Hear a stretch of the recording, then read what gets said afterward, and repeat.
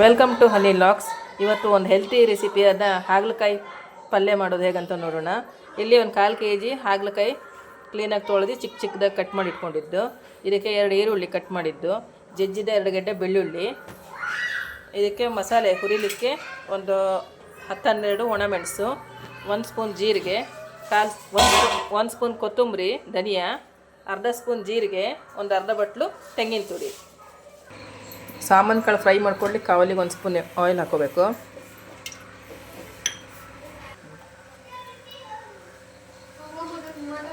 ಇವಾಗ ಇದಕ್ಕೆ ಧನಿಯಾ,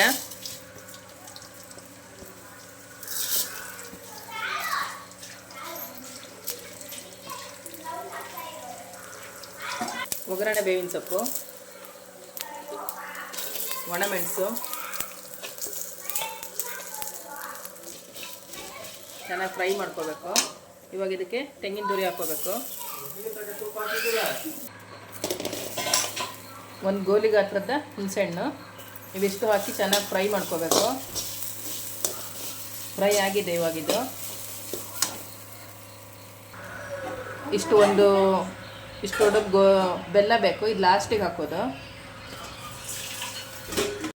ಪಲ್ಯ ಮಾಡಲು ಮೊದಲಿಗೆ ಬಾಣಲಿಗೆ 2-3 ಸ್ಪೂನ್ ಆಯಿಲ್ ಹಾಕೋಬೇಕು. ಸ್ವಲ್ಪ ಎಣ್ಣೆ ಜಾಸ್ತಿ ಬೇಕು ಇದಕ್ಕೆ. ಇವಾಗ ಎಣ್ಣೆ ಕಾದಿದೆ, ಇದಕ್ಕೆ ಸಾಸಿವೆ, ಕರಿಬೇವು, ಬೆಳ್ಳುಳ್ಳಿ, ಈರುಳ್ಳಿ. ಇವಾಗ ಉಪ್ಪು ಹಾಕೋಬೇಕು. ಕಟ್ ಮಾಡಿದ ಹಾಗಲಕಾಯಿ.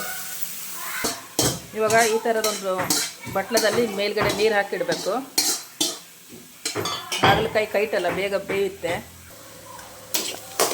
ಹಾಗಲಕಾಯಿ ಫ್ರೈ ಆಗಿದೆ. ಇವಾಗ 3/4 ಭಾಗ ಫ್ರೈ ಆಗಿದೆ. ಇದಕ್ಕೆ ಇವಾಗ ಬೆಲ್ಲ ಹಾಕಬೇಕು. ಬೇಯ್ತಾ ಇರುವಾಗಲೇ ಬೆಲ್ಲ ಹಾಕಬೇಕು. ಬೆಲ್ಲ ಹಾಕಿದ್ದು ಇವಾಗ ಮಸಾಲೆ ಹಾಕಬೇಕು.